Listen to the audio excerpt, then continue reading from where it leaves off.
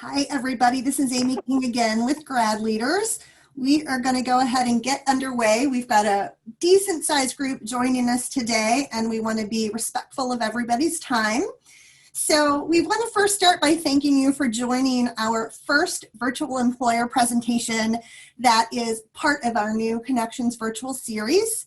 And today, kicking off this series, we're going to hear from two campus recruiting representatives of Liberty Mutual. Liberty Mutual, of course, being one of GradLeaders' longest standing employer partners, so we're super pleased to have them. We're going to hear from Kelly Scott, who serves as the program manager of campus recruiting for Liberty's enterprise talent acquisition team. And joining her is Steve Alibrande. He is the senior campus recruiter working closely with Kelly.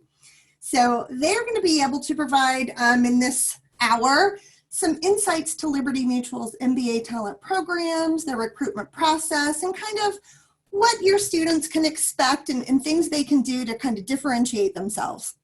We will leave some time for Q&A at the end of their presentation. So we're going to moderate that for them. My lovely colleague Heather Krumpak will be watching the chat for your questions. So please, as they occur to you, feel free to enter those into the Q&A chat, and then we will call those out at the end, and Kelly and Steve will address them for you. So now I'm going to hand things over to Kelly and Steve, and thank you so much, both Kelly and Steve, for being willing to do this. We are all eager to learn from you, and so you can take it away. Great. Thank you so much. Thanks for having us. Really excited to be here. I know when Amy had shared this opportunity, we were like, yeah, why not? Let's just talk more about all the fun things we're doing here at Liberty with some of our favorite partners. So with that, I'll kick it off. My name is Kelly Scott. So as mentioned, I am a program manager on the graduate campus recruiting team here at Liberty. My main responsibilities are focused in the D&I space. So I manage our relationships with, I saw Forte was on the attendee list, so I work closely with them. Consortium is another example. Help plan our presence and attendance at national conferences like National Black, Ramba, you name it. So really cool and different job, and really excited to do that. Prior to becoming a program manager, I was a senior campus recruiter doing a lot of project work, and before that I was a campus recruiter focused in ADP and our analytics development program in the undergrad space. I have an undergraduate degree from Northeastern in communication studies and a master's in college student development and counseling. So I actually came from the higher ed space, and you're going to see that that Steve and I have very similar backgrounds, which makes us really cool. But I'm going to pass it over to Steve to introduce himself before diving into the content. Thanks, Kelly. Good afternoon, everybody. My name is Steve Alibrande. I am a senior campus recruiter here at Liberty Mutual Insurance. As Kelly shared, we have very similar backgrounds. So we both graduated from the same master's program, and I actually was hired to backfill Kelly after she was promoted. So small world. But my past experience was also working in higher ed doing college admissions. In my current role as a senior campus recruiter, I recruit for our corporate strategy and research team, which is the internal consulting group here at Liberty Mutual. I also assist with our corporate development program, which is a leadership development program that we have for our MBA talent. You can see some of my examples why I decided to kind of make that jump from higher ed to the corporate side. But so far, it's been a really wonderful experience. I'm excited to share some greater insight into why we think Liberty Mutual is so great. Great. Thanks, Steve. So I'm going to kick us off and kind of dive into Liberty Mutual a little bit more. I know many of you already know us, but just to provide a refresher, it's been a while since the fall.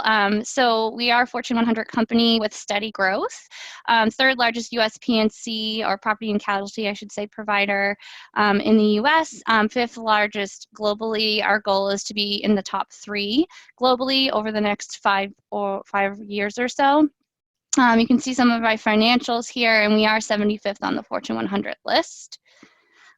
We have over 50,000 employees across the world. We are headquartered in Boston, Massachusetts. We do have large a few larger offices in Seattle and in Plano, but primarily we work out of the Boston headquarters, although as you all are, I'm sure we are all working from home and have been for the last, what feels like 1,000 years, but really is probably only about 6 weeks or so.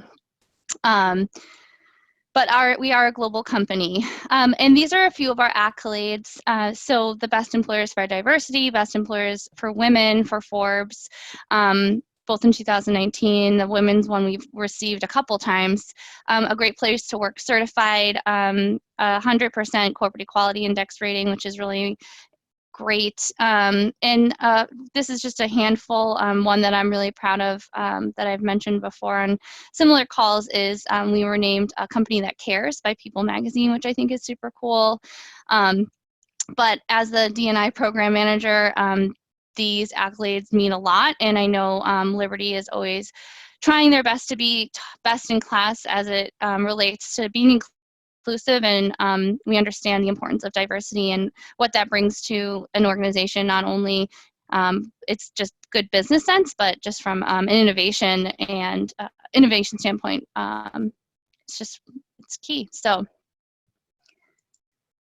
why is Liberty Mutual a cool place to work? And this is what we talk to all of your students about, especially within the MBA space. But a few things that I think differentiate us from the competition is competitive compensation. So we do a lot of work, external benchmarking to make sure that we are in line with what MBAs are being paid based on the work and that they're doing and what they bring to the table when they begin their time with us.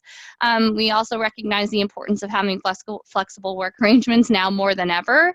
We've always touted that, but I think it was a relatively easy transition for us to move 100% work from home when this crisis started, just given that we already have that enablement like across most of our organization.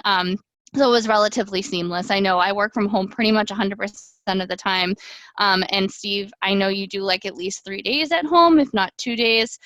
So again, we also offer things like compressed work weeks. So if you want to work an extra hour and take off on a Friday in the summer after lunch, that's definitely something we do. Some companies do that, or some departments do that all year round. So working with the employee to make sure like their needs are met, and recognizing that, you know, life is fluid and that you can't always get in the office 9 to 5 or 8 to 4. Career development. So one of the programs that we really tout is our corporate development program and the corporate strategy and research roles, and both of them offer a lot of different career development opportunities focused specifically on how can you grow, how can we bridge the skills gaps, where do you see yourself, and can we give you the resources to get there? How can we help you get there? So when we bring someone to Liberty, we want them to stay, and we recognize that providing that room for growth and development and challenge is really important. So definitely key is selling point for us. Lots of leadership exposure, especially in the MBA space. So the CSNR specifically reports directly to the C-suite. So they have a lot of leadership exposure. And then our corporate development program, all of them get assigned an executive sponsor, and they meet with them quarterly.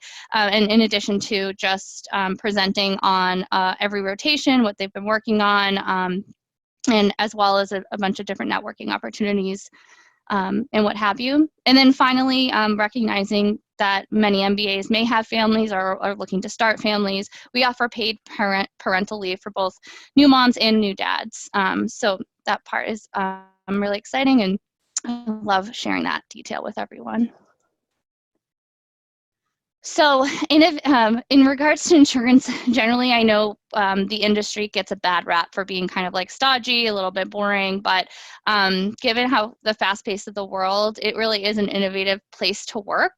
So from chatbots to machine learning to AI, we're embracing new technology and tools to improve the customer experience. So like recognizing that it's not, when you get in a car accident, maybe you don't can't just call your insurance company and you go through that process, but like, how can we make it better? So meeting the customer where they're at and figuring out what do they need and embracing technology to deliver that service. So maybe it's sending a drone to your house to check your roof if, you know, something happened to it during a storm. Maybe it's being able to take a picture through your mobile device and submitting something that happened to your car if you were in a car accident, heaven forbid. Those are just a couple examples of where we're really trying to embrace technology and leverage our innovation spots like the Solaria Labs, or a lot of our corporate development program associates end up post-program to explore, is there a different type of insurance or product we should be offering? Like tuition insurance is something we're really working on right now, which is very cool.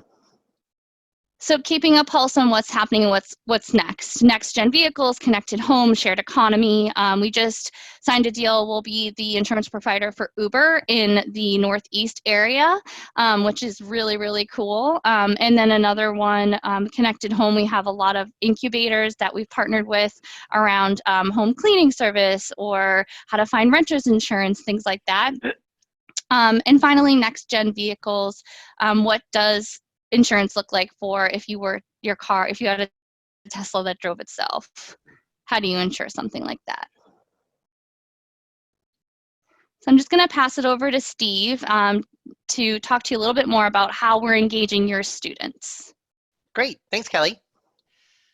All right. Awesome. So we try quite hard to engage with all of the students in multiple different platforms, really trying to meet them where they're at while providing, you know, diverse and engaging opportunities for them. So you can see here a list of typical in-person events that we've done, virtual events, some new ideas that we're working through. Of course, we love leveraging our relationships with grad leaders and, you know, all of you to figure out, are there other things that we could be doing in order to meet the ever-changing needs of the students. So just to highlight quickly some of the events in the past that have worked quite well for us, you know, in the in-person space, outside of the traditional company briefings and, you know, following happy hours, we find that really trying to get the students into the office through consulting or company treks proves to be really worthwhile for them, getting to see the space and meet some people firsthand in the actual atmosphere. Has proven to be quite successful. We've also done a series of networking nights and alumni panels in order to, again, further that brand, because we find more likely than not word of mouth is the most successful way of engaging and promoting the opportunities that are at Liberty. Of course, this year that may very well look quite different. We've already started developing various contingency plans and are trying to actively engage with as many campuses as possible in order to identify, you know, what could a virtual recruitment look like, excuse me, for the fall. So in the past, we've done various different workshops, whether it be highlighting that Solaria Labs and innovation that Kelly alluded to earlier, or you know, maybe after we've hired your students, we've done different panels on how to relocate to the city of Boston, not just, you know, how to process the relocation benefit, but also how do the various neighborhoods compare. What are some things that you could consider when taking on a short-term lease? And then we've also looked at various webinars on what is a leadership development program, as well as how can I best prepare for a case interview. Looking down the pipeline, we're developing different workshops on internal versus external consulting. You know, as a recruiter for the internal consulting team, it's really exciting to be able to leverage, you know, how do those two types of employment really differ and how do they compare? And then, you know, what could we do to maybe host like virtual dinners with an executive, or, you know, just trying to be creative in this ever-changing time.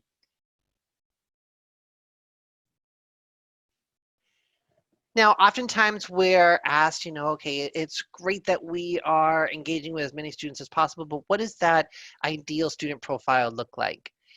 To be quite frank, we don't really have a mold for that ideal candidate. Of course, there are a series of skill sets that you can see here that prove to be really successful within the positions, but ultimately we're looking for that diversity of thought, someone who has a unique background that can come in, leverage their new education during their time pursuing their MBA, as well as their past experiences in order to further our efforts here. One thing that I really value about Employment at Liberty is that this is a company who on your first day, we want you to start raising your hand, challenging the way in which we do things, and identifying those efficiencies in order to make things better. We live by a set of 5 core values, one of which is make things better. But it's definitely not the type of place where your students are going to come and told, okay, this is the first year, just put your head down and do the work expected of you. We want them engaged. We want them challenging us. And so that's why, some of these skill sets tend to be what we target within our searches. All right, great. So I know Kelly and I have, briefly mentioned corporate strategy and research, our corporate development program, but what are those? So let's take some time to really dive into them. Specifically, we're going to talk about the internship experience as well as the full-time space. Our goal of the internship really is to convert as many interns as possible. We have a philosophy in campus recruiting to recruit once and hire twice. So we really do strive for that. This past summer, we were incredibly successful with an intern conversion rate of 93%. So that is really quite outstanding and something that we're very proud of, not only because the positions are challenging the students and providing them that opportunity to make that positive impact, but the intern programming also really affords for some, top tier networking and professional development. So let's talk a little bit about corporate strategy and research, or CSNR as it's abbreviated. This is a direct hire role into the internal consulting group. CSNR, it's a 40-person team that reports directly up to the CEO. So as you can imagine, their projects are all top priority, high initiative, really looking at various executives within the L1 space. So David Long, he's our president and CEO. His direct reports typically sponsor each of the projects that CSNR is tasked with. And we'll talk about some of those projects momentarily, but very strategic focus, team-based projects. So here you can see the general types of project initiatives that they want to check off when taking on a new initiative. So whether it be growth and transformation, a top priority for the enterprise, as well as innovating and really pioneering new ideas. So for example, one initiative that is really quite outstanding is we signed a 5-year contract with MIT. It's a multi-million-dollar contract in order to leverage their expertise within the artificial intelligence space.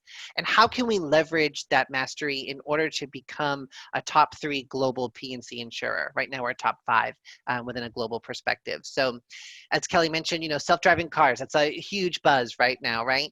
And so what could we do to be in that space in order to be responding proactively versus retroactively? So we're partnering with the faculty, with the students, my interns that are coming in for CSNR, they'll be partnering as well. So, it's not just the full-time employees, also our interns will have that opportunity to partner within this project. Another project that CSNR has worked on is really looking at those new mobility models. So not just self-driving cars, but also, how people are getting from point A to point B. Maybe it's with those scooter sharing programs or bike sharing programs.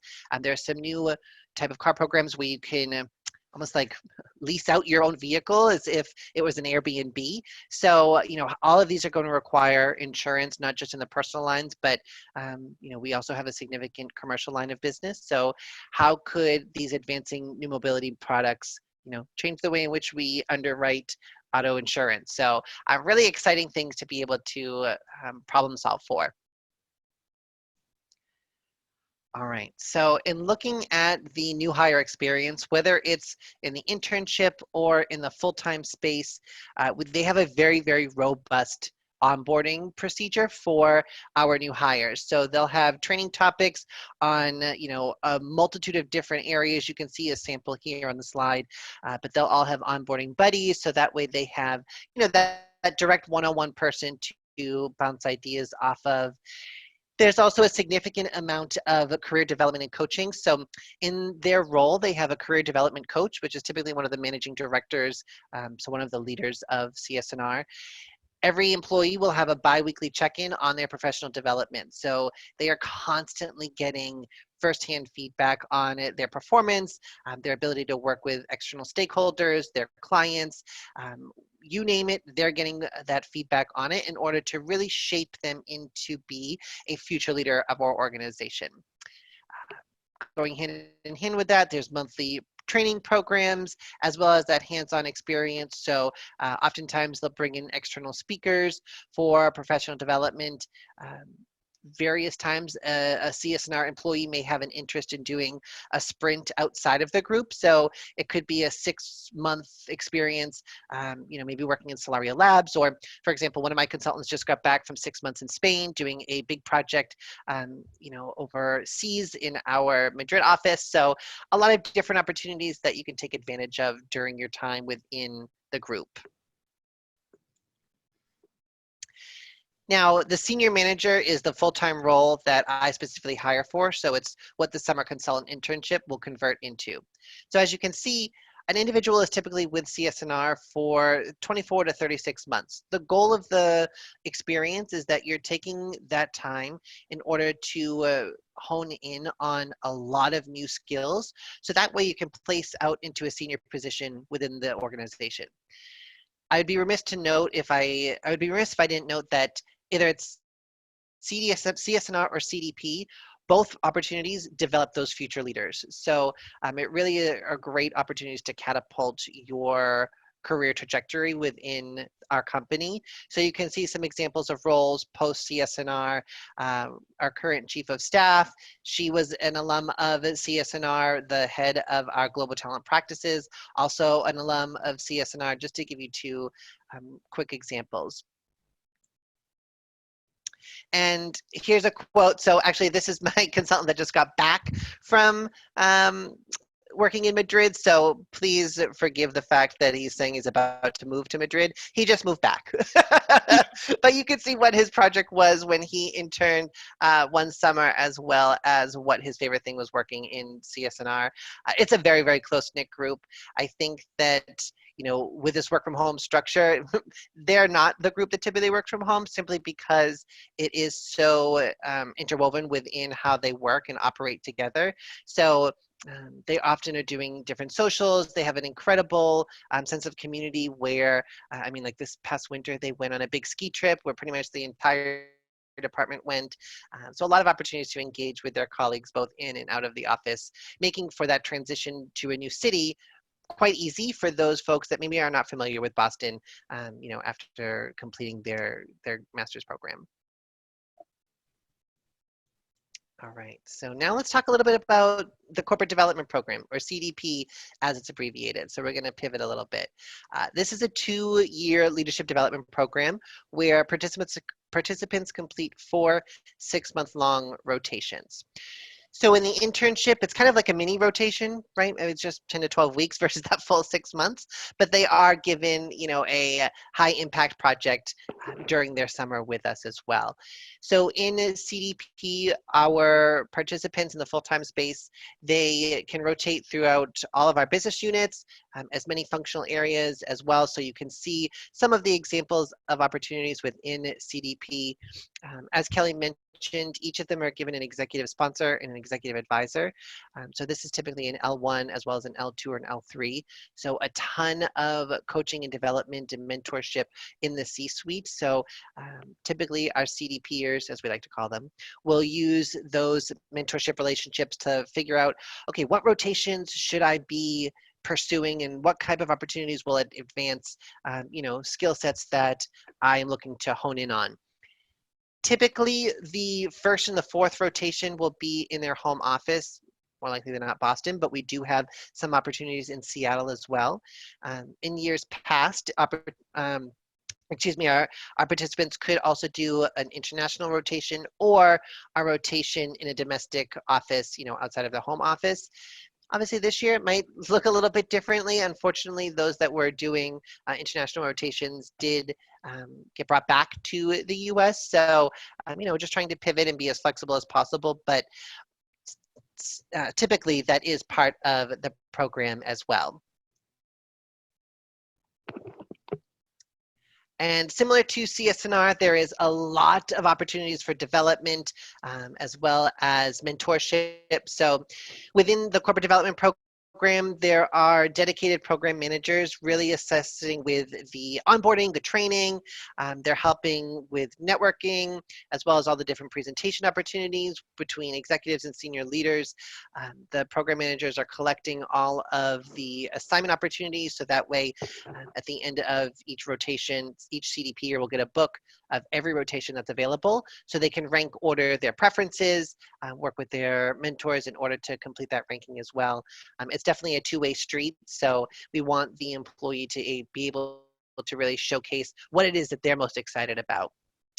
We talked a little bit about the sponsorship and the advisors from the executive level, and you can see here some various trainings and programs that CDP will put on in order to, again, enhance that professional development.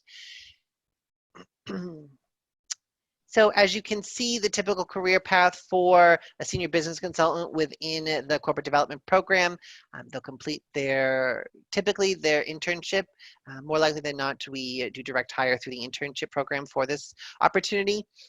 So they'll complete their graduate degree, become a senior business consultant for the 2 years they're in CDP, and then place out into senior positions within Liberty. So again, you can see some of our roles post-program. Again, really, really high level, great way to advance that career trajectory.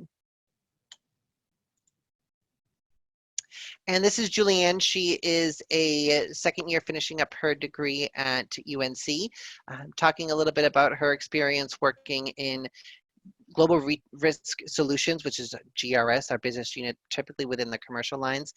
So she was responsible for identifying if they could leverage telematics, which is, if you've seen those commercials for auto insurance where you can plug that little adapter into your dashboard to assess your driving experience.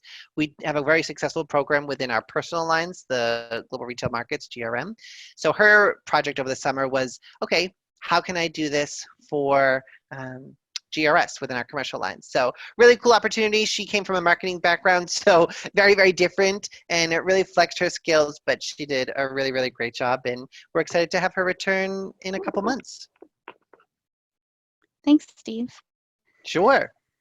One thing I will just add about CDP, which I think is cool, and you already alluded to it, Steve, was that they really want you to have a broad understanding of the business to kind of be able to go into any leadership role post-program. So they purposely will give the intern, they will look at their resume and their experience and see okay, where do they have strengths? Where do I see a skills gap? Let's test their skills gap, but in a place that will help also leverage their strengths.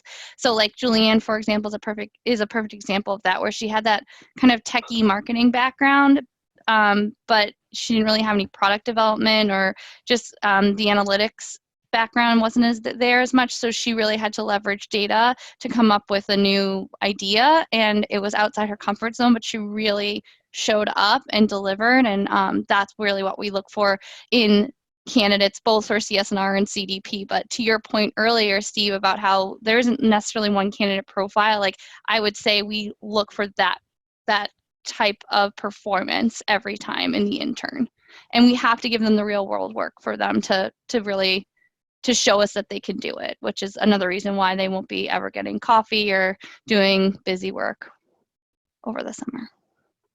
So pivoting into what is the summer internship experience, and I started to allude to this already, but we want the interns to feel like, what is it to be full-time at Liberty? So our summer experience aims to provide all interns with meaningful, real-world work complemented with professional development and networking opportunities. So like I just said, we recognize that this is just as much of a decision for them as it is for us. And in order for us to really assess whether or not they can do the work, and frankly, if they want to do the work, we need to give them real world business critical projects. And so we do that. We look at their resumes, we look at their interview notes, we think about where they need some help or where they could use that development, and we try to put them in a placement, internship placement that makes the most sense. That's going to be challenging, but we're not setting them up to fail. We also give them the real world work to test their skills, but also to make sure, like, is this interesting to you? Like, do you see yourself doing this? Do you like this kind of work? So it's really important for us. We recognize that they have to have a meaningful experience in order for them to accept our offer should they receive one. And then the socials and professional development, they're interns. We recognize they need that professional development, whether that's, hey, like I came from a nonprofit background, I don't have that much experience in analytics. Like, okay, well, here's a training that, can help you get to where you need to be. Or if you're in a specific department that uses Power BI, for example, and you've never used that, can we give you that specific training? Also just getting them briefed up on what is insurance, how do we make money? So we're not looking for people that have insurance in their professional background. So being able to educate them on the industry as a whole, what are the trends, how do we stay on top, that sort of thing. And then the socials, recognizing building community at work is really important. Most people value having close friends at work, someone you can talk to. Coming out of a grad school program, it's really nice to have a cohort of people you can kind of fall back on and rely on and ask, like, hey, do you want to go to lunch? I'm having a hard day. Or, hey, what do you think about, can I practice this presentation with you? And can you give me some feedback? So recognizing those socials, bring those people together. And like Steve said, we're really thinking about what we're going to be doing this year. Everything is virtual, so how do we build that community in a virtual way? And so diversifying what we offer, maybe some of it's more passive programming where you can opt in, sharing a photo of your pet, but maybe some of it is more active where we have video chats or contests or like game show like things or trivia. So really diversifying it to meet the needs of everyone and encouraging and providing resources and platforms for people to connect in a way that makes sense for them and is meaningful for them. So in the past, we've offered a variety of events focused on networking. So these are some snapshots of the things that we've done last year. Boston Red Sox game at the end of summer. We usually have a big kind of like blowout end of summer social. Again, this year probably won't be doing that, but still trying to deliver something that feels just as special for all of the interns. We also offer volunteer opportunity every summer for those that are interested. Last year, we went to the Greater Boston Food Bank. I don't know if we're doing, Steve might know the answer to this question, but I don't know if they were trying to think of a way we could get people to volunteer virtually, but I'm not sure they've come up with that solution yet, but I'm sure if we can make it work, we'd definitely make it work. Yes, we're exploring some, oh, sorry, Kel. No, go ahead, Steve. Do you know the answer? We're exploring some passive programming, maybe being, whether it being, writing letters to those in hospitals or nursing homes that might not be able to get visitors, or finding other ways to partner with our philanthropy office to support our local initiatives. So certainly we'll try our best to have a philanthropic spin to this summer for sure. Yep, great. Thank you, Steve. Appreciate that. And then we'll still have our executive speakers series. We always offer executive speakers for the interns. They'll just be a live webcast this year. These are a couple of examples of executives. So Janelle Edom, Chief of Staff, Steve actually mentioned her. She came through CSNR, which is really cool. And Jean, who's a SVP for the claims, she came through CDP. So you can kind of see two examples of leaders in the org that came directly through the programs that we're pitching to the MBA students. So to address the, I call it the elephant in the room, but it's not really an elephant anymore at this point, but with COVID-19, we've made adjustments to ensure that the hires feel safe without compromising their experience. So talked a little bit about some of this as it relates to the socials, but since the onset of COVID-19, we've been providing almost weekly updates via email to all incoming hires. We recognize with a lot of the uncertainty that's going around, there's a lot of anxiety. We recognize that a lot of companies have had to pull their internships. We've remained committed to all of our interns. We haven't rescinded one offer. We have provided the option for students to choose to relocate to Boston, although they'll be working from home, or they can choose to spend the whole summer working virtually. So we've connected with all of them and had those discussions about what their choices are, and if they needed to kind of talk through what that meant, we certainly were happy to do so. And then in the meantime, just like updating them. So recognizing transparency and communication, even if you don't really have anything new to say, is important to say like, hey, we remember you, like we know this is hard, and when we have more answers, we'll email you. And feel free to email us. So keeping that open line of communication going. So I mentioned providing interns with the option to work completely remotely for the whole summer or relocate should the office reopen. And then we're just developing a really robust virtual onboarding process. So recognizing no one wants to sit on a Zoom call for 3 or 4 hours like you would in an in-person orientation. So how do we adjust to that and recognize that? So having an orientation onboarding experience that goes over a few hours every day, a couple days, providing the managers with all of the resources they need to onboard someone, answering questions, hosting a lot of pre-calls, being available, hosting office hours, things like that.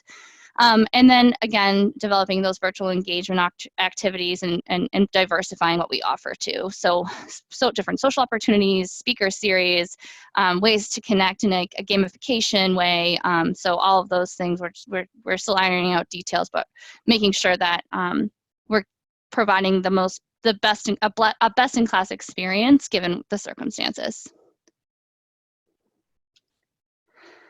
So I'm going to pivot a little bit to kind of round out our presentation here. So what about our pre-MBA students? So we do offer a mentorship and professional development program specifically for students from underrepresented populations. So it's called the Mba Rise Program, and I am the program manager for that. And so what the RISE stands for is Recognizing Inclusion and Successful Enterprise. So it's a 2-year program focused on providing students from those underrepresented groups with guidance and support as they navigate their MBA. So recognizing that students from underrepresented groups don't generally have the resources that maybe someone from a non-underrepresented group might have. And so being able to provide that, we did a lot of research leading up to creating this program about why are we not seeing as many women in MBA programs? Why are we not seeing as many people of color?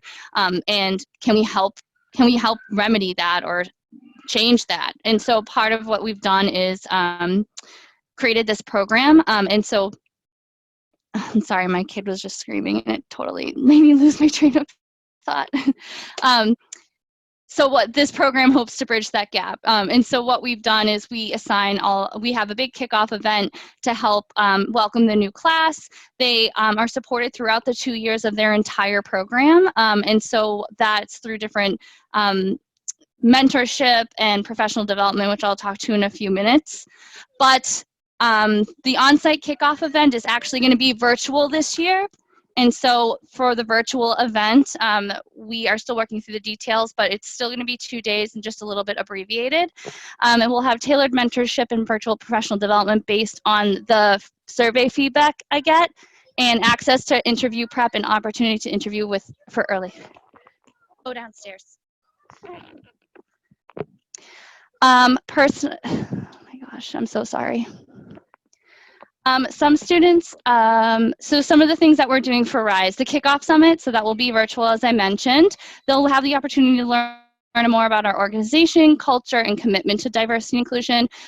We'll actually loop in a lot of our leaders. We do a lot of different interactive activities, even virtually.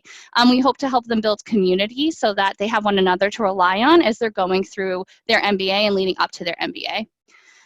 We also have the Mentorship Circle, so they'll all be assigned a mentor who is one of our diversity leaders, and we'll just match them based on their interests and career goals, and they might meet on a 6 to 8 week cadence.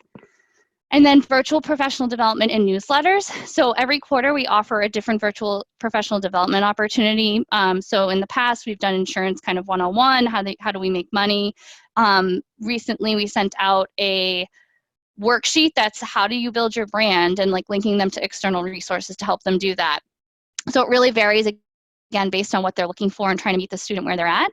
And then access to early interview prep and access to actually interview early should they choose. So specifically for our corporate development program, if they want to interview in the late fall, they're welcome to do that. But they can also interview with their class in January or February if they feel more comfortable having like a full semester of grad school under their belt.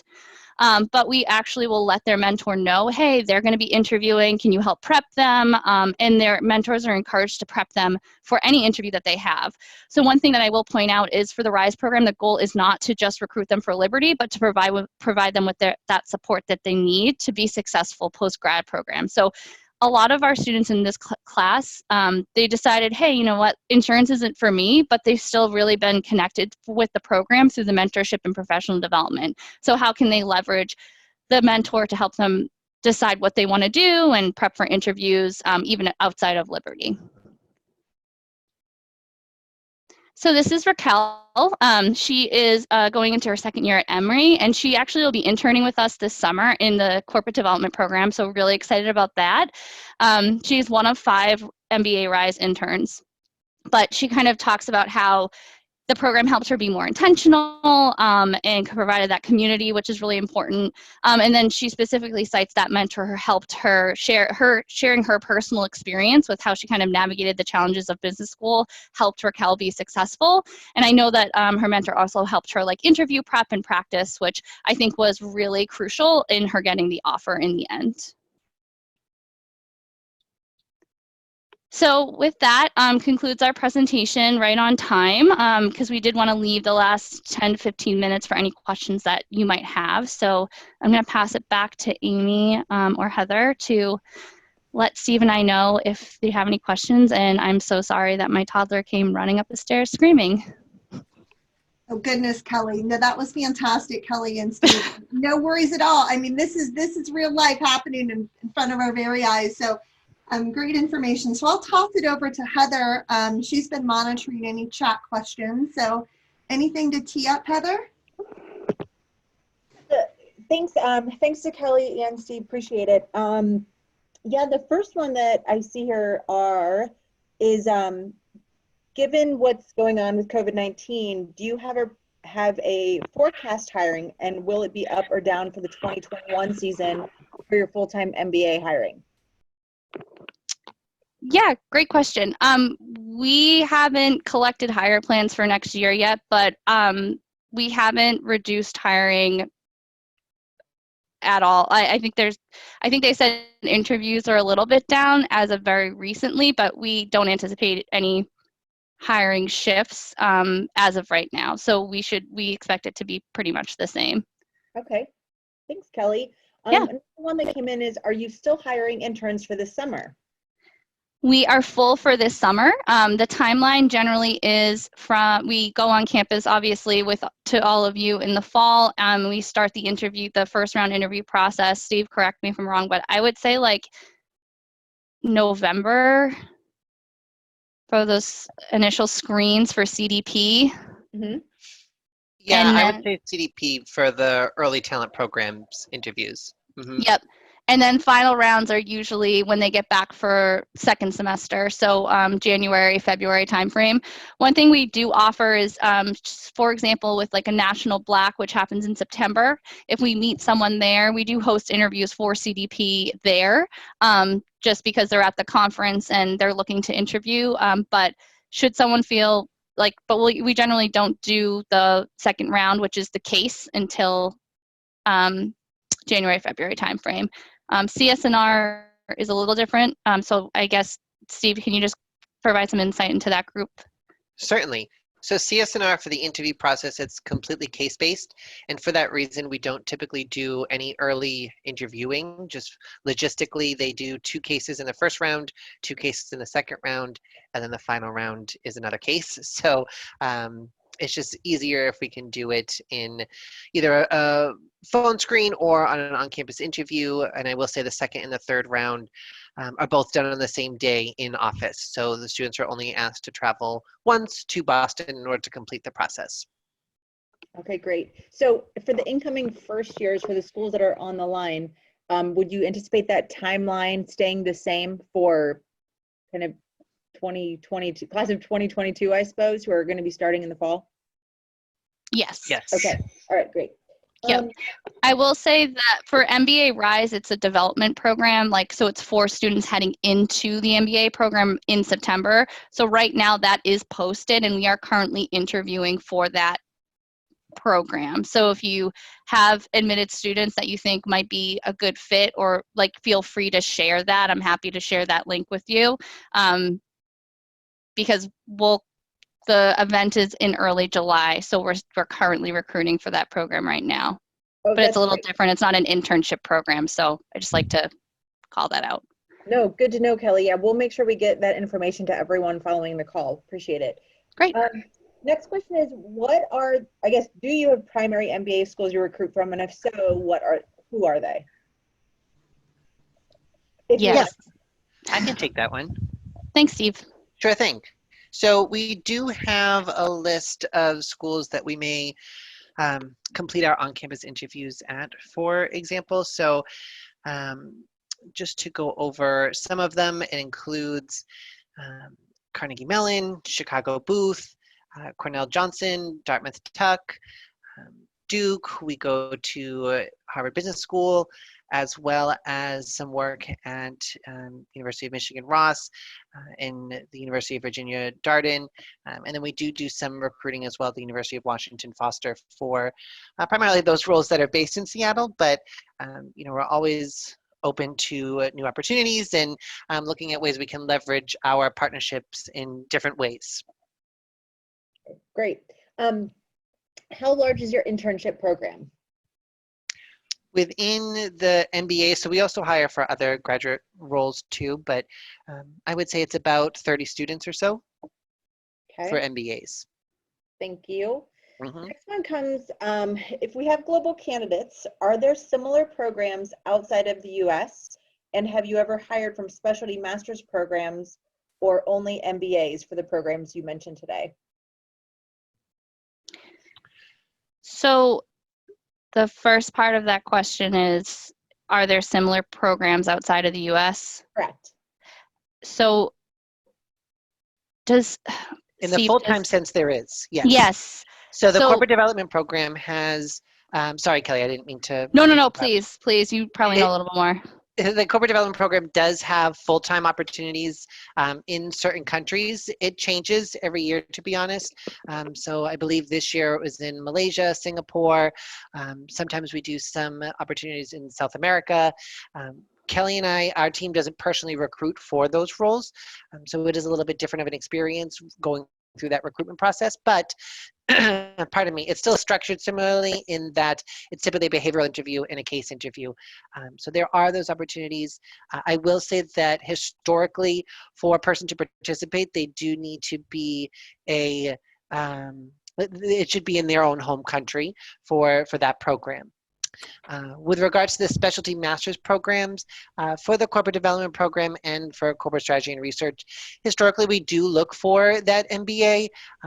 Occasionally there may be some exceptions here and there, but more likely than not, it is the MBA talent that we are honing in on. Thank you, Steve. The next question says, you mentioned that students would be paired with an executive sponsor. Does that person act like a mentor, or how is it different? Yeah, great question. So it's a sponsor, meaning I guess we just had this conversation. So the difference between a mentor and a sponsor. So they get a sponsor and they get a mentor. So the executive sponsor is definitely a person they can bounce ideas off of, but ultimately in terms of helping them figure out where in the business makes sense for them and advocating on their behalf, kind of leveraging their rank, so to speak, is where the sponsorship piece comes in. They again, like definitely can bounce ideas off them, but they do only meet with them quarterly, and it's with a group of other CDPs. I think it's generally like 4 CDPs per executive sponsor. And so that's the sponsor piece. The mentorship piece is someone who's still, like, I would say, a leader in the organization, but they're supposed to act more as like kind of their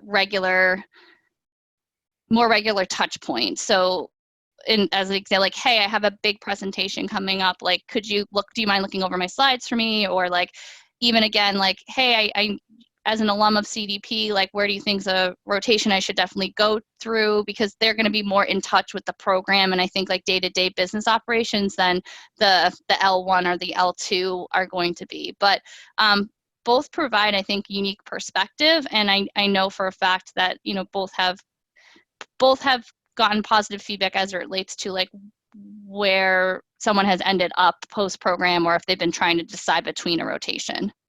Sure. Does that answer your question? Yes. Thanks, Thank Kelly. you. Thanks Yep. for expanding on that. I'm trying to look through them so they kind of go together, but following up from the previous question about global opportunities, there is a question here that says, how can schools help their international students direct with the home country opportunities that you mentioned for the direct hire roles? Is there a resource on your website, or where would you advise them to go or to start that? Yeah, that's a great question. I can actually reach out. So the recruiter, like, she's based, I think Flinda is based in Singapore. So I can find out. She is. Yeah, so I can actually find out. From what I understand, she actually posts the position on the website that, like, you could, if the student were to be looking for it. And I think it is titled Corporate Development Program, and the home country is right there. Steve, do you know if the timing is the same as like It's our actually timing? different. It is, okay. It is. So historically, that role is filled in what would be the second semester of their second year, so their final semester. So it is a little bit off cycle. And I do want to share also that currently the Corporate Strategy and Research Group, we do sponsor students as well, so that I've apologized for not sharing that previously, but international students are welcome to apply for the internal consulting internship and the full-time role when posted, you know, should they be interested. Terrific. Thank you for that. And for all these questions that we're talking about where there's follow-up information, Amy and I will certainly get with Kelly and Steve and gather this and then get it back out to the schools so you guys have those details. Yeah, we're happy to distribute that following the call. Thank you. Next question is, do you engage with student clubs? Yes. We sure do. We were actually hoping to, I think, up that engagement in our last call, Steve, when we were like kind of talking about fall planning. Steve, actually, like I said, I work more with the partnership, so I'll let Steve kind of elaborate on what they have done in the past and how we are looking to connect with student clubs this year.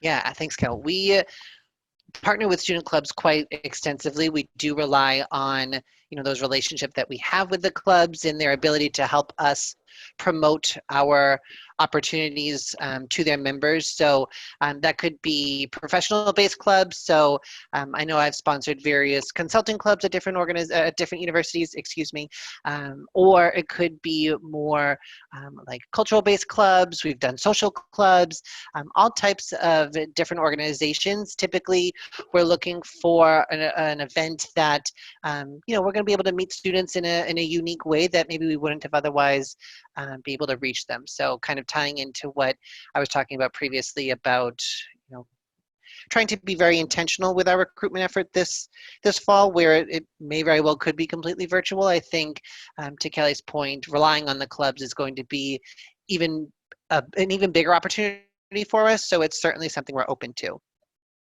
Great. And historically, sorry, one more thing. The clubs, you know, feel free to reach directly out to us or to the grad campus programming inbox, and we can send, you know, our general grad contact information out if that would be of value to folks.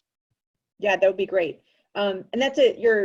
That discussion about clubs is a good segue into quite a few questions here in the chat window, and they're all I'm going to summarize here, but they're all really about what's next, right? As we're looking at the fall recruiting, what are some ways that you guys either plan or hope for the schools to engage with you in a virtual setting? So I'll give you a couple specific questions. One, in general, kind of how can students start engaging and participate come fall? The second one is for non-core schools where national diversity events like National Black may be canceled and or become a virtual expo. How do students from those non-core schools really connect with you? So I'll let you answer that, and then I'll highlight the next question in that area. I think this is one of the, oh, sorry, go ahead, Kelly. No, you go first, and then I can answer the national question, the National Black type question. Yep. Okay, sure. So this is one of the many things I love about working at Liberty is that we're incredibly innovative in trying to iterate on a daily basis. So, that's always changing, and we're super, super flexible. So, we're exploring things like virtual career fair technologies, and we just did one in the data science group, so kind of exploring what worked well, what didn't, how can we leverage that for the fall, looking at maybe hosting a lot of different types of Zoom calls or webinars we've done in the past in person, socials, how can we pivot that to create small group breakout sessions so that way maybe we have a sign up opportunity and people from all over can sign up for different time slots, and we have these virtual office hours or whatever it might be. But I think if I was to come up with one specific solution, it would be that I'd want folks to know that we are so open to any type of idea, and I mean that genuinely, because I think all of us are trying to explore both on the employer and the university side, what's this fall going to look like, and for us just maintaining that level of flexibility is critical. So these are some ideas that we've thrown around, but we're certainly open to others as they come to be. Great. Yeah, I would echo that. I would even add on and say, like, if you know a student group is like struggling and they're like, we want to host an employer, we don't even know what it's about, like what to do, like have them just reach out to us, because like we're always like looking to partner with those student groups. And maybe it's us just like, we've kind of pivoted some of our programming even leading up to some of these national partnerships with Consortium and Forte coming up very quickly, recognizing like, hey, we're not going to meet these people on the ground. So like, how do we meet them before and get them interested, and how can we help them be better prepared when we enter these conferences? So like Steve had mentioned the internal versus external consulting presentation. That's a webinar we're doing this month. It's open to like anyone that's going to Forte or Consortium that wants to know what is the difference. And like, yes, it's Liberty branded, so we're going to talk to you a little bit about CSNR, but it's really focused on like how it's different and like helping them, giving them the information to help them make a decision on when they go into that conference. Hey, like, now I know the difference, so these are the questions I can ask. So I think pivoting our programming to not just be about, what we offer, but also recognizing like there may be like a skills gap or maybe they want to engage with one another or meet other people from other schools, or if they need someone to host something around like prepping for a case that would normally be on the ground, like we're willing to try to work with them to figure out how to do that. So I would say ask. And then as it relates to the national partnership piece, I think like we're very open. So especially for those non-core schools, I think University of Rochester is a great example where they have a huge consortium presence, and we just had kind of like started really ramping up our partnership with Consortium, and a lot of the students from those schools just expressed interest in our organization, and we ended up hiring more students from that school than we've ever hired before. And it just was a result of the partnership and those students saying like, hey, this looks like cool, and I just didn't know about it. So I think if you meet those students, if I'm going to be participating in all of those conferences, whether they're virtual or not. But if there's a chapter at your non-core school and they want to learn more about Liberty, like have them email me and I'm happy to set something up with them. It really comes down to like how much time we have, and the schools on our core school list really just are a result of where we've seen a lot of success in the past based on the data, but we're always open to, partnering with a new school or exploring a new school. And we do post at other schools beyond our core school, from what I understand, in addition to the partnerships. Thanks, Kelly. So that leads to the next question, which you and Steve both sort of answered, which is you're open to anything. And what the question was, would you be open to hosting a virtual session like we're doing now for the network of partner schools that we have, but for the students? So as we think about time saving, I bet Amy and I will loop back with you about coordinating that. So we can all be a little bit more efficient, but that way you guys can open up your opportunity and talk directly to the great talent at some schools that you've just not been exposed to, and with the lack of in-person events may not be able to. So we'll coordinate Let's something do like it. that with you guys. Yeah. So and we just did something like that we just did was that last Tuesday? Last week. Yeah, Steve and I, we did something very similar that for consortium, like same idea. Great. So for all the schools on the call, you heard it here. So we're, they can't get out of it now. So be on the lookout for that for your students this fall. And last but not least, I know we're just about a minute away, but there's more of a question, but asking you to, they were just saying really a nice compliment, which is you guys are really the leaders in diversity and inclusion efforts. And they were curious about what is the impetus to you, Liberty Mutual being a trailblazer, and which teams at Liberty Mutual were the initial D&I champions within the company, if you're aware of it. So where did the D&I kind of push come from, and then who started it? Yeah. I would actually say, like, when David Long, from what I understand, I've been at Liberty for almost 5 years, 5 years next month. So from what I understand, David Long, when he assumed the CEO position, he really recognized the need to make it a priority and hired Dawn into the organization, who's our chief diversity officer. And she's really led the charge. I think, it sounds simple, but diversity is just good business sense. We're a global company, and our customers want to see themselves in your company. So I want to see someone that's like me on the other end of my phone if I need help. Also recognizing insurance is a promise. It's not like a tangible product. So I think that makes it even more important. But also recognizing diversity of thought is so important. And all the research shows that the more diverse your team, the more profitable of an organization you are. How it's materialized, I think, has been really cool. And I think just making a priority, and honestly, it's coming from the top down. So you hear not only David Long, but all of our C-suite, a lot of them lead our employee resource groups. They're very invested in these diversity partnerships. And when you see that from the top, you're like, okay, that means I can share my experience, my feelings. And I think having forums for open dialogue to have really difficult conversations has been a key point of success. We've had race and ethnicity dialogues. We have inclusion guidelines. So, things as simple as stepping up and stepping back, recognizing impact versus intent, that's built into our culture. And so I think it's a number of different things, but I would say we're still kind of young on what they call our diversity journey. It's probably only been 7 or 8 years, but I think we recognize the importance, and because the leaders make it a priority, and it trickles down. And honestly, one of our values and our creed is kind of treating people with dignity and respect. So if that doesn't scream doesn't matter who you are, where you come from, you should be treated with dignity and respect, whether you're a customer, whether you're an employee. That's how we operate. We talk a lot about that in our debrief meetings, even with candidates